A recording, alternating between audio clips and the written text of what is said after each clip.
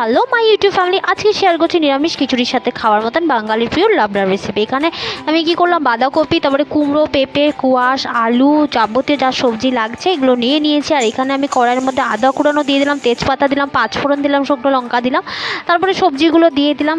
আর পটলও দিয়েছিলাম, কিন্তু 3টে কাঁচা লঙ্কা দিয়ে দিলাম। দিয়ে এটাকে নাড়িয়ে নিয়ে 5 মিনিট আমি ঢেকে রেখে দিয়েছি। 5 মিনিট পরে ঢাকনাটা তুলে আমি মশলা দিব, লবণ, হলুদ গুঁড়ো, পাউডার, লঙ্কার গুঁড়ো, জিরে গুঁড়ো, অল্প চিনি, যা যা যাবতীয় লাগে সেটা দিয়ে দেবেন। আপনারা চাইলে কিন্তু লঙ্কার গুঁড়োটা স্কিপ করতে পারেন। দিয়ে এটাকে আবার মিক্সড করে আবার ঢেকে রাখতে হবে 3 মিনিট মতো। এটা ঢাকনির মধ্যে যে জলটা ছাড়বে ওই ভাপে ভাপে হবে। এখানে লাবড়াতে কিন্তু জল ইউজ হয় না, একদম তখন বিচ্ছিরি লাগে খেতে।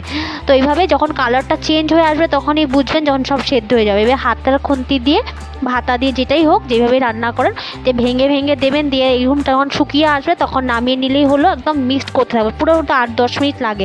লাস্টে দিয়ে ঘি, ধনে পাতা দিয়ে দিলাম। Love you all, bye by.